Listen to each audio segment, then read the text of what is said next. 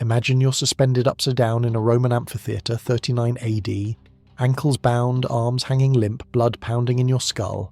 Two executioners position a long-toothed saw between your legs. The crowd grows quiet. The saw will begin at your groin, cutting downward through your body. And because you're inverted, because gravity forces oxygenated blood into your brain, you'll remain conscious far longer than nature intended. You'll feel every tooth bite into flesh, scrape bone, breach organs. You'll be alive when they reach your navel, perhaps even your chest. This is death by sawing, one of history's most calculated executions. For 15 centuries, from Rome through medieval China, this punishment transformed bodies into deliberate spectacles of prolonged agony. Today we're examining how it worked, who suffered it, and why rulers insisted on a method so precise in its cruelty. Because this wasn't about justice, it was about power. The practice stretches back to Rome's 12 tables from 450 BC, where fragmentary references mention sawing among legal penalties. The scholar Aulus Gellius noted in the 2nd century AD that death by saw existed in ancient law, but its use was so rare that no one could remember witnessing it. The punishment lived more in legal threat than practice, a horror kept in reserve, until Caligula changed everything. Gaius Julius Caesar Augustus Germanicus, Little Boot, ruled Rome from 37 to 41 AD. After a severe illness 6 months into his reign, something broke. Contemporary sources describe an emperor who watched executions while dining, who claimed witnessing suffering whetted his appetite, who transformed punishment into theatre. Under Caligula, sawing became common, not just for criminals but for senators, family members, anyone whose death might entertain or warn. He preferred sawing across the torso, transversely through the middle, similar to Chinese waist chopping. Bodies cut in half at the waist while Caligula feasted, his appetite sharpened by screams. His assassination in 41 AD ended Rome's systematic use of the saw, but elsewhere the story continued. During China's Tang dynasty, 618–907 AD, execution methods followed bureaucratic precision. Emperor Zhaozong commanded prisoners sawn asunder. When the Ming dynasty fell in 1644, the new emperor had Chen, viceroy of Canton, sawn in two. Ironically, Chen's brutal death made him a martyr. The regime declared him a holy man and erected a Canton pagoda in his memory. Even sawn in half, Chen had won. In medieval Morocco, sawing took a different form, longitudinal cuts, splitting bodies from groin to skull or skull to groin. In Spain, during the 1568 Morisco revolt suppression, historian Luis del Marmol Carvajal documented that at Almeria, in 1569, one rebel was sawn apart alive as Catholic Spain crushed Muslim resistance. But the most enduring association came through Christian martyrdom. Simon the Zealot, one of Christ's 12 apostles, was reportedly martyred in Persia by sawing. Whether this happened remains debated, but the image stuck. In Catholic art, Simon holds a saw, his instrument of death becoming his eternal symbol. He became patron saint of saw workers, professions sanctified by holy suffering. Understanding how sawing worked reveals its terrible precision. Unlike beheading or burning, sawing had one purpose: prolonged consciousness during bodily destruction. The condemned was hung upside down, ankles bound to a beam, arms tied or hanging toward the ground. This inversion was the key. Gravity forced blood downward, upward toward the head. The brain became engorged with oxygenated blood. Where victims might faint from pain within moments, the inverted position kept consciousness sharp. Executioners could saw into the body, beginning at the groin, and work slowly downward. Accounts state the saw typically reached the navel before unconsciousness. Sometimes it reached the midriff before the brain shut down. The saw's teeth bit into the perineum, cutting through muscle, scraping pelvis.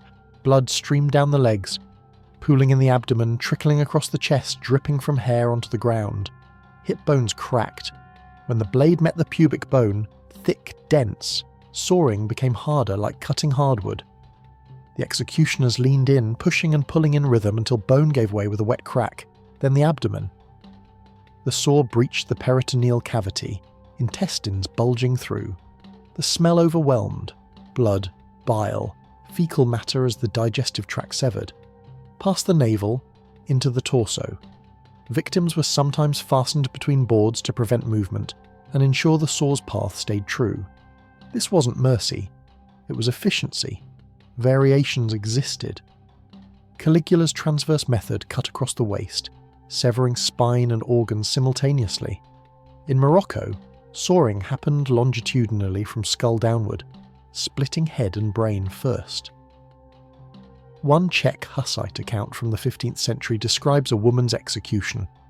First, the executioner slowly sawed off her hands and feet, cauterizing the bleeding wounds with a torch and keeping the poor soul from dying too soon, and only then, very slowly, was she sawed in half. All those present were astounded that the victim didn't utter a single sound. Silence under such agony was interpreted as either divine grace or psychic break. Either way, it made an impression, which was the point. Simon the Zealot remains the most famous, though his story blurs history and legend. One of Christ's 12 apostles, Simon supposedly preached across Egypt before joining Jude in Persia. There, according to tradition, he was martyred for refusing to worship pagan gods, the method sawing. Whether hung upside down and sawn groin to skull as art depicts, or laid on boards and sawn horizontally, sources don't agree. What they agree on is the instrument. In every church dedicated to him, Simon holds a saw, the weapon that killed him. But consider also Conus, a Christian during Emperor Domitian's reign in the late 1st century. After his wife died, he took his 7-year-old son into the Asian desert. They lived as hermits, destroying pagan idols. When caught, both were tortured, starved, burned. When torture failed to break them, they were put to the saw, father and son sawn apart while praying. Faith may have sustained them spiritually, but physically the saw did its work. Then there's Chen, the Ming official sawn in 1644. His execution was meant to terrify others loyal to the fallen dynasty. Instead, he became a folk hero. Public sentiment turned in his favour, his loyalty too evident, his death too brutal. The new Qing rulers recognised their mistake, declared his execution unjust, proclaimed him holy, and built a pagoda in Canton. Here was brutality backfiring, creating sympathy instead of fear. Finally, the anonymous Morisco at Almeria in 1569. We don't know his name, age, or specific crimes. Historian Luis del Marmol Carvajal simply notes that during Spain's bloody suppression of Muslim rebels, one man was sawn apart alive. He was likely one among thousands killed, but he's the only one we know died this way. His anonymity is fitting. He represents all those who died in religious purges, identities lost but suffering documented just enough to remind us it happened. Why choose sawing over quicker methods? The answer lies in spectacle and psychology. Sawing was never about efficiency. It was about sending messages through condemned bodies. It demonstrated power, not just to kill, but to control the manner and duration of dying. It made death so horrific the memory would linger in everyone who witnessed it, heard about it, even contemplated the crimes that might lead to such punishment.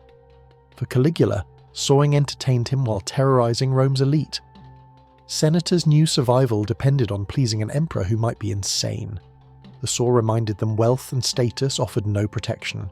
If anything, they made you more visible, more vulnerable. For Christian persecutors, sawing served dual purposes. It was meant to terrify Christians into apostasy. Showing loyalty to their God would meet agonizing death. But authorities couldn't prevent Christians from transforming martyrs into proofs of divine favor. Every victim sawn apart while remaining faithful became recruitment evidence, faith transcending human cruelty. In medieval China, execution methods followed strict hierarchies. Quick deaths, beheading, strangulation, were for common criminals. Prolonged deaths, including sawing, were reserved for crimes against the emperor. Sawing functioned as mirror punishment. The execution reflected the crime. Betraying the emperor meant betraying the body politic, so traitors' bodies were literally divided, destroyed as representations of violated social order. For Spanish authorities suppressing Morisco rebels, sawing functioned as religious and ethnic cleansing. The Moriscos were Muslim descendants forced to convert after Granada fell in 1492. Despite conversion, they maintained Islamic practices secretly. When Philip II's 1567 decree ordered them to abandon all customs, they rebelled. Sawing one rebel at Almeria sent a message: resistance meant annihilation. Within decades, hundreds of thousands of Moriscos were expelled from Spain, communities destroyed, culture nearly erased. In every case, sawing was public. Amphitheatres, town squares, places where crowds gathered, thousands sometimes, watching a process taking an hour or more. The crowd's presence was essential. They were witnesses who would carry the memory, tell others. Terror spread through storytelling, shared trauma, collective understanding that certain lines couldn't be crossed without facing consequences beyond imagining. Sawing existed alongside similarly calculated punishments across cultures, each developing variations on prolonged bodily destruction. In ancient Persia, scaphism trapped victims between boats, force-feeding them honey while insects devoured them alive over days. Different mechanism, same principle, maximum suffering over maximum time. Medieval Europe's hanged, drawn and quartered served parallel functions for traitors. Victims were hanged to near death, revived, disemboweled while conscious, then beheaded and quartered for display. The sequence ensured consciousness through most of the process. In China, lingqi, slow slicing, systematically removed flesh pieces from living bodies. Some historians believe sawing accounts may be conflated with lingqi descriptions. Both shared the same goal, turning bodies into canvases upon which state power wrote messages in pain and blood. What's striking is the similarity in logic across cultures. None made sense practically. They required more time, effort, skill than simple execution. But they made perfect sense as political theatre, power demonstrations, social control tools. They all transformed human bodies into texts readable by anyone who saw or heard about punishment. Methods varied, saws, knives, insects, quartering, but the principle remained constant. The state possessed not just authority to kill, but capacity to determine exactly how death unfolded. In calibrating suffering to last hours or days, authorities demonstrated control over life, and death stretched to extreme limits. As the saw cut through the groin into the lower abdomen, it severed major blood vessels, femoral arteries, iliac veins. Normally, this caused rapid blood loss and unconsciousness, but the inverted position changed everything. Blood couldn't pool in lower extremities. It stayed in the torso and head, keeping the brain oxygenated. The pain was beyond description. The perineum contains dense nerve clusters. As the saw progressed through the abdomen, it breached the peritoneum surrounding intestines. This alone can cause shock. The diaphragm would be severed, collapsing lungs, making breathing impossible. Most accounts suggest unconsciousness arrived between navel and lower chest. Death followed within minutes from blood loss, shock, organ failure, but consequences extended beyond individual deaths. For witnesses, hundreds or thousands at public executions, psychological impact was profound. Even in violence-accustomed societies, sawing stood out. The duration, visible suffering, sounds, smells, all created trauma in those who watched. For Christian communities, executions like Simon's or Conus's became foundational stories. They were proof faith could transcend human cruelty. But they also warned potential apostates. This awaits you if you proclaim faith openly. The narratives cut both ways, inspiring some, terrifying others. For perpetrators, political consequences sometimes backfired. Chen's 1644 execution turned a defeated official into a folk hero, forcing the new dynasty to honour him. Throughout history, overly brutal executions sometimes created victim sympathy, undermining the authority violence meant to reinforce. In Spain, brutal Morisco revolt suppression achieved its immediate goal of crushing rebellion. But it contributed to broader policy expelling hundreds of thousands over following decades. The violence radicalised both sides, making coexistence impossible, ultimately damaging Spain as skilled workers and merchants were forced into exile.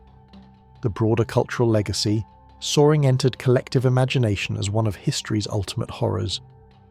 Medieval artists depicted martyrs being sawn apart, creating images serving as religious inspiration and worldly power warnings. These images circulated in manuscripts, on church walls, in martyrologies, keeping fear alive long after the practice faded. Today, sawing exists in historical memory and religious iconography. Walk into any church dedicated to St. Simon, and you'll see his statue holding a saw, face serene despite the instrument of martyrdom. That saw has been frozen in marble and paint for centuries, transformed from weapon into symbol. The historical record regarding sawing's prevalence remains contested. Modern scholars debate whether it was truly common, or accounts are exaggerated, conflated with other methods, or fabricated. Aulus Gellius noted in the 2nd century that no one could remember seeing it done. Swiss execution records from the 15th through 18th centuries, 345 total, include not a single sawing case, despite literary claims it was traditional Swiss military punishment. This suggests sawing may have existed more in threat than practice, or in imagination than reality, which doesn't make it less significant. A punishment so horrible that merely its possibility served as deterrent, so memorable that a single execution could resonate for generations. That's particularly efficient terror. For Christian tradition, sawing martyrdoms became teaching tools. They appear in Fox's Book of Martyrs, medieval hagiographies, countless sermons. The message, faith matters more than body. Heaven awaits those who endure suffering. Worldly powers can destroy flesh but not soul. Museums today preserve descriptions and illustrations as part of medieval torture exhibitions. These displays educate contemporary audiences about pre-modern justice brutality. But they also warn. They remind us organised state violence can take forms limited only by human imagination, that legal systems can sanction atrocities, that crowds will gather to watch suffering if presented as legitimate punishment. The linguistic legacy persists. In art history, St. Simon's attribute immediately identifies the saw. In discussions of extreme executions, sawing is listed alongside crucifixion and impalement as examples of humanity's capacity for calculated cruelty. Step back from the mechanics, the saw's teeth, inverted bodies, screams and blood, and a pattern emerges connecting sawing across times, empires, justifications. This was never random cruelty. Every execution was authorized by law, performed by licensed officials, conducted in designated public spaces. The condemned had been tried, sentenced, processed through legal systems. Executioners were professionals, trained and paid. Crowds were encouraged, sometimes required, to witness. Sawing was bureaucratic brutality, organised, methodical, serving specific functions within power systems. When Caligula had senators sawn while dining, he demonstrated even Rome's elite were subject to his absolute authority. When martyrs were sawn in Persia, authorities attempted to terrorise religious communities into conformity. When Chen was sawn in 1644 China, the new dynasty made an example of old regime loyalty. When the Morisco was sawn at Almeria, Spain enforced religious homogeneity through spectacular violence. In every case, the saw served as control instrument, not over the condemned, they were already powerless, over everyone else. Control through fear, demonstration, collective trauma shaping behaviour for generations. This is the uncomfortable truth. Historical brutality wasn't sadistic individuals acting alone. It was institutional, systemic, woven into legal and political systems. Those who authorised sawing weren't monsters in shadows. They were emperors, judges, religious authorities, people at society's centre, acting in what they believed were the interests of order, stability, righteous punishment. The victims, Simon, Conus and his son Chen, the anonymous Morisco, countless others we'll never know, were destroyed not by individual malice but by systems determining their deaths would serve a purpose. Their suffering was calculated, agony quantified, bodies transformed into messages readable by all who witnessed. The saw has been put away now, relegated to museums and texts. But the logic that animated such practices hasn't vanished. It takes different forms, operates through different mechanisms, speaks in different vocabularies.